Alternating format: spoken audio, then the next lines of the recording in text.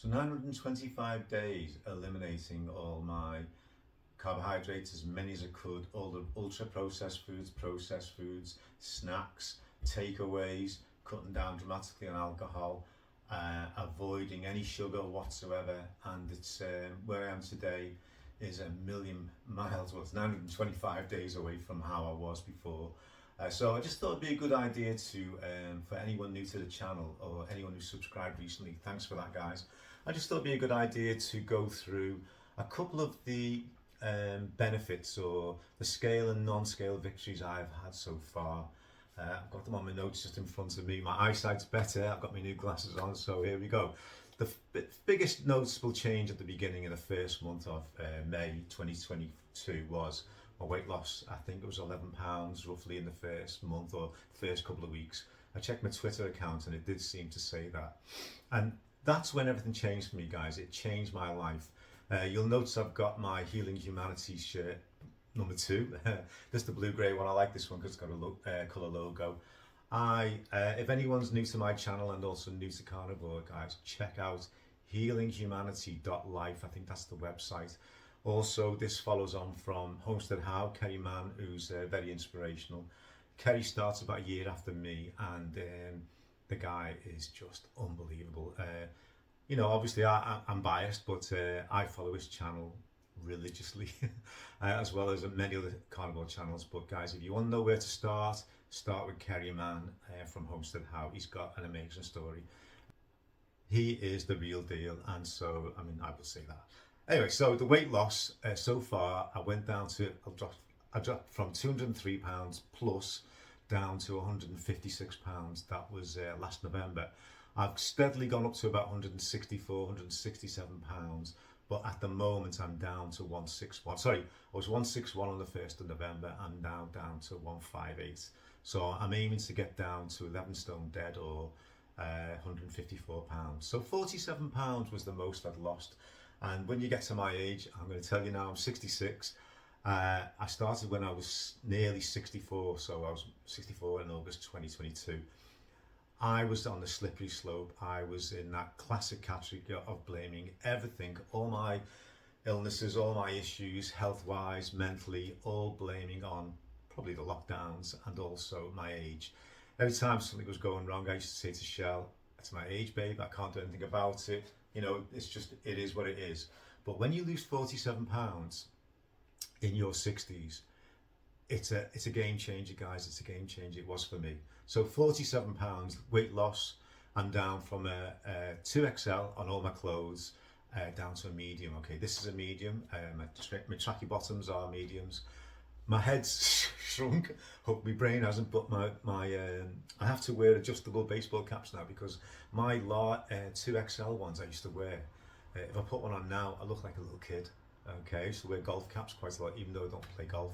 So the weight loss, obviously that included inflammation, dramatic inflammation reduction. And so from, I'd say probably 2 days, a day or two afterwards, Michelle said to me, "You didn't snore last night." And I just couldn't believe I wasn't snoring anymore. So weight loss, no snoring, and the snoring and the acid reflux was the killer for me. So the acid reflux went straight away. I was taking omeprazole. My blood pressure went down straight away. I didn't come off my blood pressure medications. I had 3 at the time. 2 of them were irbesartan and lisinopril. I'd already stopped taking the other one, which I can't remember now, but that was, I had 3 BP meds. My BP was always really high. That is normal now. It varies from 140 over 90 to about 120 over 80. I've been watching Dr. Ken Berry talking about the way we measure BP, and interesting, check out his channel, guys. So I had psoriasis mainly on the back of my neck. I'd had it for a couple of years. I had a lot of emotional circumstances in my life, and it runs in the family, and I know it's triggered probably by stress levels. So I did have psoriasis that went, I'd say probably within a couple of months. I didn't even realize it'd gone. I used to get minor spots on my elbows and knees, but that was always stress induced, I think. So I haven't had psoriasis for maybe 18 months. I had muscle aches. I've got a replacement right knee, and I had that in 2008 when I was 50. Not too. I'm quite relatively young to have a knee replacement, but I struggled with the rotation, just general movements, and there was always aches and pains around that. So I can say today I'm back to doing my full breaststroke, full rotation. When I'm training as if I was in my 30s, and that has been noted by my colleagues as well, which I'm happy about. No muscle aches, no joint pains. I used to have a really bad arthritic ache on my left hip, and again I used to say to Michelle, oh, I'm getting older, there's nothing I can do about that, is there? And I could never sleep on my left hand side, but again it, it's all gone. It just still amazes me today that I can say these things. The things that are better, I noticed my nails, they were getting quite brittle as I was around about 60, and if I ever tried to trim them they would split. They're almost like the smooth soft, so my nails are in great condition. My hair, I'm sure it's going darker, guys. I thought I was starting to get a bit of grey in my 60s, but I've noticed recently, I mean, hand on heart, I've never dyed my hair, but I noticed that maybe it's the product I put on, but it looks darker and darker, so that is hard to grasp really, but if it's working, fantastic. I don't have any halitosis anymore. I used to get bad breath, but maybe my dental hygiene wasn't great, but I've noticed I used to get like a plaque film or a film of like almost like food on my teeth, and you could literally scrape it up. Sorry about that, but I don't have that issue at all now. So my teeth are in fantastic condition. I don't get halitosis. Michelle can she can vouch for that.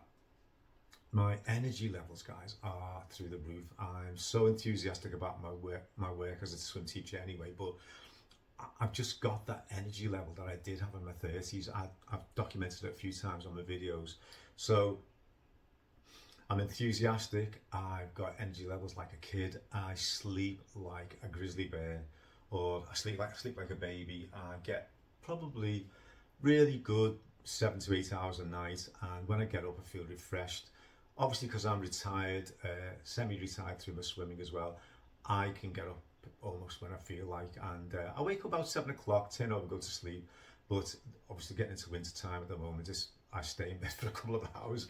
But yeah, I am sleeping, and I think the energy levels stem from the fact that I'm not tired anymore. My BMI when I was obese, okay, before May 2022 was 33 or 34, I think, on the UK NHS matrix, but now I think it's down to 22, 23. It's well within the so-called normal parameters for, a guy who's what, 5'9". It was now 11 stone 7. I think I'm 11 stone 7 at the moment, or was it 161 pounds? That's great, but I want to take it further down to maybe about 20. See how that feels at the end of this month. I don't get any brain fog. I think I plan so much better with looking after my dad at the moment, who's elderly, and we're doing a care plan for him. I've got better structured days. I'm always planning ahead. Not as good as Shell. Shell is just the ultimate planner, and so structured. But yeah, I am so happy with the way I'm doing things at the moment. Oh, one other thing I don't think I've documented very much is skin tags. I used to have a skin tag, one or two on my neck and a couple around my armpits. So I think I had probably about 5 of them at one time. Again, I used to always talk, oh, well, my granddad had skin tags and I didn't know much about them, but obviously it's where the skin obviously overgrows. And I know it's to do with metabolic issues, it's inflammation as well. So that's quite a comprehensive list of scale and non-scale victories I've had since I started this way of eating. And I would say to anybody, probably over 50 like me, who was getting to the point thinking, is this all there is? I mean, especially since lockdowns, I was in a, oh yeah, I never touched on depression, did I? I look back now and I think to myself, I was in a depressed state for quite a while. I went into that really dark place, quite emotional thinking about it, because I would never ever want to go back there again.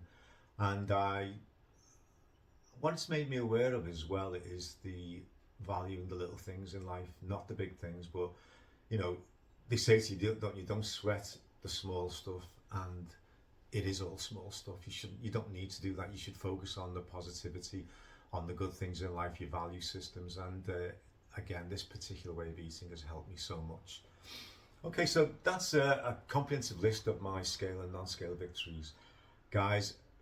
All I would say to you, if you haven't started Carnivore, it's not about starting carnivore, it's elimination for me. It's you eliminate sugar, starch, sugar, eliminate everything to do with carbohydrates as much as you can tolerate. I was lucky in my first 2 weeks, I didn't find any problems at all. I didn't have any bowel issues or any sort of headaches. I made sure I was hydrated all the time. I was pretty well genned up on electrolytes to a degree. I didn't realise the value of obviously good quality salt, but I did know that sugar wasn't good for us, even though I tolerated it all my life.